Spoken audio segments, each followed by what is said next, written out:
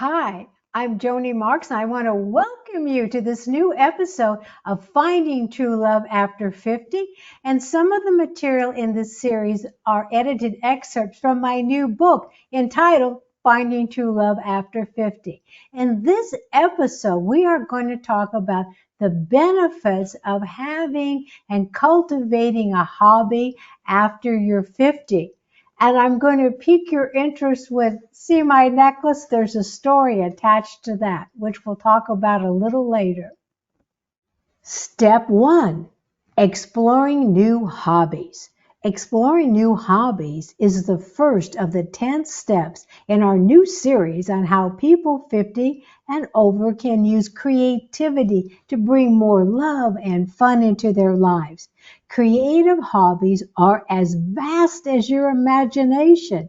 They can include painting, writing, music, handcrafting such as crochet, gardening, cooking, or even decorating. Hobbies can be both fulfilling and fun, offering a new avenue for self-expression and enjoyment while delivering a lot more love and fun into your life after 50. As you think about it, there's a myriad of hobbies out there to choose from. So I'm going to suggest in the next slide the 8 different ways to help you choose a new hobby for yourself after 50.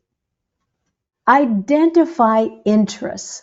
Reflect on what has always sparked curiosity but was never pursued due to time or other constraints. It could be anything from painting, gardening, to learning a musical instrument. Research and learn. Utilize resources like local community centers, online courses, and libraries to learn more about these hobbies. Start small. Begin with small, manageable projects to avoid feeling overwhelmed. The joy is in the journey of learning, not just the desired end result. Join groups, clubs, or classes. Look for online courses, local clubs, or online communities that share the same interests in the hobbies that excite you. Incorporate social elements. Consider hobbies that inherently involve social interaction, like dance classes, book clubs, or cooking groups. Engage family and friends. Involve family members or friends in these hobbies with you. Stay flexible and open-minded. Try something different. For example, if you've never painted, now is the perfect time to start.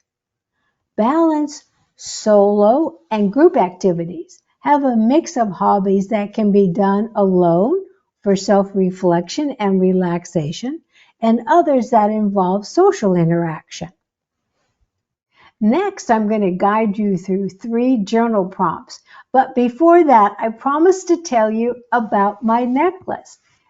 This necklace is handmade and I bought it in Cape Town, South Africa, which also is one of my hobbies, which is traveling. I bought it in a place called the Woodshed, and it is filled with booths of people that do creative projects that have a South African theme to them.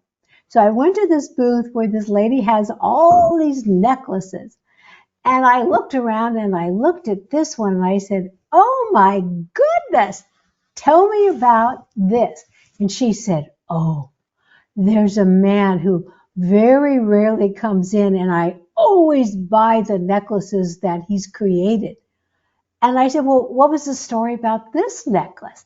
And she said, "Well, he's a little far out there, and he told me that this necklace was so special because as he started to work on it and he had his materials on his work stand, the window was open and he said a fairy flew in and told him that she was going to help him make this necklace. And so he made it just the way she was whispering in his ear what he should do and what the shape should be and what the colors should be." The lady who owned the shop and I both laughed. We weren't sure about the fairy, but he was certain that she was involved in making this necklace. So this is only like the second time I'm wearing it. So I'm going to continue wearing it after we finish recording this, and I'll see if the fairy whispers in my ear that she's happy that I bought it. So now let's look at the journal prompts. Create time after this episode to journal your responses to the following journal prompts. 1. What have you always wanted to learn or try but haven't yet? What excites you about this interest? 2. What hobbies or activities did you enjoy in your younger years? Could you revisit these interests now? And 3, so important, what outside obstacles and inner blocks, like limiting beliefs, might prevent you from pursuing a new hobby? And how can you overcome them? Thank you for joining me for this episode. And if you haven't signed up for my YouTube channel, I invite you to subscribe to it and to sign up for my online courses, Finding True Love, Drive Through, Make It Your Own, and Refocus and Renew Your Life. Visit udemy.com and in the search box, type my name, Joni Marks. And until you and I meet again, remember every morning to look into your mirror and smile at yourself and say, I am my own best friend, for I came into this world to be myself. For that I came.